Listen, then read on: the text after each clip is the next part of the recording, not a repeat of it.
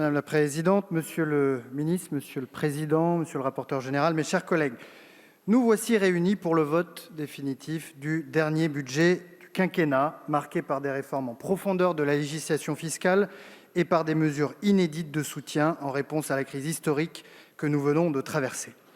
Les Français le savent et saluent la gestion de la crise par le Président de la République et ce gouvernement, tant sur le plan sanitaire que sur le plan économique. Mais alors, pourquoi les oppositions n'ont-elles de cesse de la critiquer ? Qu'aurait-elle fait différemment ? Il est naturellement permis de penser qu'elles auraient fait mieux, mais l'histoire récente nous démontre tout l'inverse. Elle nous démontre qu'elles auraient laissé la France dans un état bien moins favorable que celui dans lequel elle se trouve aujourd'hui. Les chiffres ne mentent pas. 2 ans après le début de la crise de 2008, le chômage atteignait 9%, il atteint 8% aujourd'hui. 2 ans après le début de la crise de 2008, le taux de croissance était de 1,5%, il est de 7% aujourd'hui. Ces différences, mes chers collègues, ne sont pas le fruit du hasard. Elles s'expliquent par l'inconstance fiscale et les volte-face budgétaires des gouvernements de droite comme de gauche qui ont eu à gérer la crise de 2008 et ses conséquences. Entre 2010 et 2014, c'est-à-dire en 4 ans, la gauche et la droite sont responsables d'une augmentation d'impôts de 55 milliards d'euros, c'est-à-dire autant que ce que nous avons rendu aux Français ces 5 dernières années.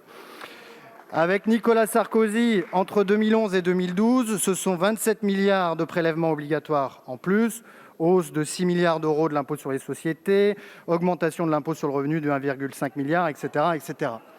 L'escalade continue sous François Hollande, où le taux de prélèvement obligatoire va atteindre 46,3% du PIB en 2013, avec la baisse du quotient familial, la suppression de l'exonération des heures supplémentaires, la hausse du forfait social, etc., etc.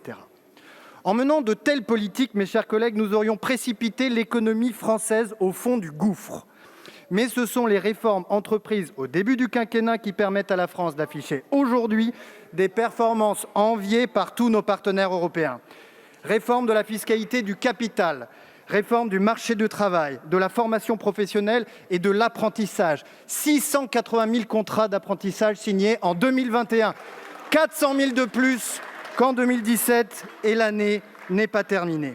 Ce sont les mesures de soutien déployées au premier jour de la pandémie qui ont permis de préserver les entreprises de France et de sauver des millions d'emplois. C'est le plan de relance qui a accéléré la reprise et qui, en donnant un élan décisif à l'industrie française, vient conforter notre place de premier pays d'attractivité pour les investissements étrangers.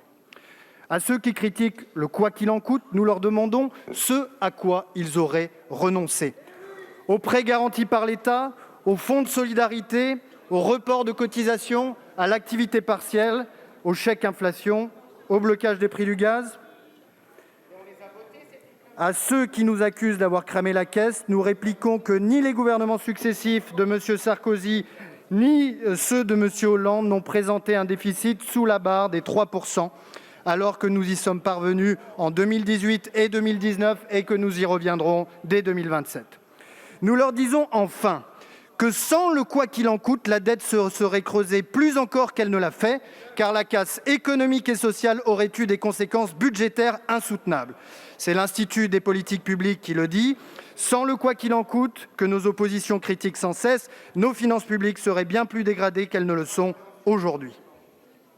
Mais s'il n'y avait qu'une seule chose à mettre au crédit du Président de la République dans sa gestion de la crise, et je ne doute pas qu'il y aura consensus sur ce point, c'est qu'il a su réveiller l'Europe et lui faire un pas de géant. Alors qu'en 2010, le manque de coordination des politiques budgétaires dans la zone euro et le manque de solidarité entre les États membres avaient menacé la pérennité de la zone, nous nous sommes accordés pour la première fois dans notre histoire à bâtir un plan de relance commun. Et pour la première fois dans notre histoire, nous nous sommes avancés un peu plus loin sur le chemin de la solidarité entre les peuples d'Europe en levant une dette commune. Et nous comptons évidemment aller plus loin. Ce sera le sujet du débat fondamental sur la présidence française de l'Union qui s'engagera cet après-midi dans l'hémicycle. Le sérieux, l'ambition, la constance, voilà ce qui caractérise la politique budgétaire et fiscale menée par ce gouvernement et cette majorité depuis 2017. Pour toutes ces raisons, vous l'aurez compris, les députés du groupe Mouvement démocrate et démocrates apparentés voteront en faveur de ce projet de loi de finances.